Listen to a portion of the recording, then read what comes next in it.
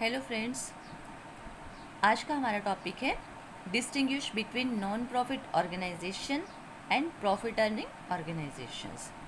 आज हम इसमें पढ़ेंगे कि दोनों में डिफरेंस क्या होता है, नॉन प्रॉफिट ऑर्गेनाइजेशंस और प्रॉफिट अर्निंग ऑर्गेनाइजेशन, दोनों के बीच में डिस्टिंक्शन क्या है, हम उसके पॉइंट्स क्लियर करते हैं। तो इसके लिए हमें 3 कॉलम बनाने पड़ते हैं।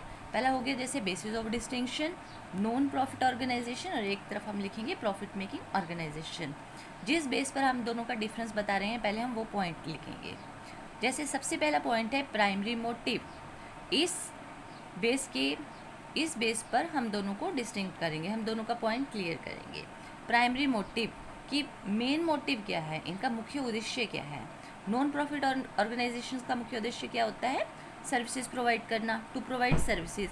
और प्रॉफिट मेकिंग ऑर्गेनाइजेशंस का क्या है, सिंपल प्रॉफिट अर्न करना, is to earn profit. Second point है कैपिटल वर्सेस कैपिटल फंड। इस बेस पे दोनों में क्या डिस्टिंक्शन है, they do not maintain capital account. Non profit organisations जो होती हैं उनको कैपिटल अकाउंट मेंटेन नहीं करना पड़ता, instead they maintain capital fund account. इसके लिए हमें क्या करना पड़ता है, कैपिटल फंड अकाउंट मेंटेन करना पड़ता है। Transfer, life membership fees, legacies, surplus etcetera. तो जो भी कैपिटल फंड अकाउंट मेंटेन किया जाता है उसमें इस अमाउंट को हम ट्रांसफ़र कर देते हैं। लेकिन प्रॉफिट मेकिंग ऑर्गेनाइजेशन के केस में कैपिटल अकाउंट मेंटेन करते हैं, ये ऑर्गेनाइजेशन कैपिटल अकाउंट मेंटेन करती हैं। नेक्स्ट है फाइनेंशियल स्टेटमेंट्स। कौन कौन सी फाइनेंशियल स्टेटमेंट बनती हैं दोनों केस में। नॉन प्रॉफिट ऑर्गेनाइजेशन के केस में है 3 चीज़ें बनाई जाएंगी। पहला बनेगा रिसीट्स एंड पेमेंट अकाउंट, इससे ही बनता है इनकम एंड एक्सपेंडिचर अकाउंट, और इससे बनाई जाएगी बैलेंस शीट। प्रॉफिट अर्निंग के केस में अगर तो कोई भी कंसर्न मैन्युफैक्चरिंग कंसर्न है, वहाँ पर बनेगा मैन्युफैक्चरिंग अकाउंट। अगर वो ट्रेडिंग कंसर्न है तो वो बनाती है ट्रेडिंग अकाउंट। सेकंड बनता है प्रॉफिट एंड लॉस अकाउंट, और थर्ड बैलेंस शीट। तो ये चीज़ें बनाई जाती हैं प्रॉफिट अर्निंग ऑर्गेनाइजेशन के केस में। फोर्थ पॉइंट है हमारा सरप्लस वर्सेस प्रॉफिट। सरप्लस कहाँ पर आता है और प्रॉफिट कहाँ आता है। नॉन प्रॉफिट ऑर्गेनाइजेशन जिनका काम सिर्फ सर्विसेज प्रोवाइड करना है, प्रॉफिट अर्न करना नहीं है, तो ये organisation profit and loss account नहीं बनाती।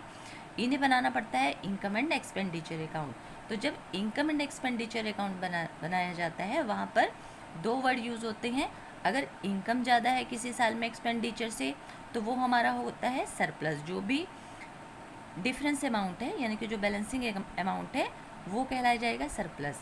अगर एक्सपेंडिचर ज़्यादा है इनकम से, तो वो बैलेंसिंग अमाउंट हमारा कहलाया जाता है डेफिसिट। तो इसके लिए हम 2 वर्ड यूज़ करेंगे, सरप्लस और डेफिसिट। प्रॉफिट अर्निंग ऑर्गेनाइजेशन के केस में प्रॉफिट एंड लॉस अकाउंट बनता है। तो जब भी प्रॉफिट एंड लॉस अकाउंट बनाया जाता है, वहाँ पर या तो प्रॉफिट आता है या लॉस आता है। प्रॉफिट किस केस में आएगा, अगर इनकम ज़्यादा है एक्सपेंसेस से तो प्रॉफिट, अगर एक्सपेंसेस ज़्यादा है इनकम से तो लॉस। डिस्ट्रीब्यूशन ऑफ प्रॉफिट, जो प्रॉफिट है वो कब डिस्ट्रीब्यूट किया जाता है, किस ऑर्गेनाइजेशन के केस में डिस्ट्रीब्यूट किया जाएगा अपने मेंबर को, या वो कहाँ ट्रांसफ़र कर दिया जाता है, वो देखते हैं। सरप्लस और deficit is not distributed among its members. Non profit organisation के केस में अगर सरप्लस है या डेफिसिट है, तो वो अपने मेंबर के बीच में उसको डिस्ट्रीब्यूट नहीं करती है। It is adjusted in capital fund. यहाँ पर एक कैपिटल फंड अकाउंट बना दिया जाता है, तो सारा अमाउंट वहीं पर हम ट्रांसफ़र कर देते हैं। जबकि प्रॉफिट मेकिंग ऑर्गेनाइजेशन के केस में जो भी प्रॉफिट या लॉस होता है, वो उसके जो ऑनर हैं उस बिज़नेस के, उनके बीच में वो ट्रांसफ़र कर दिया जाता है। तो आपने देखा ये 5 पॉइंट्स हैं जो डिफरेंस शो करते हैं नॉन प्रॉफिट ऑर्गेनाइजेशन और प्रॉफिट अर्निंग ऑर्गेनाइजेशंस के बीच में। होप करती हूँ कि आपको ये पॉइंट क्लियर हुए होंगे।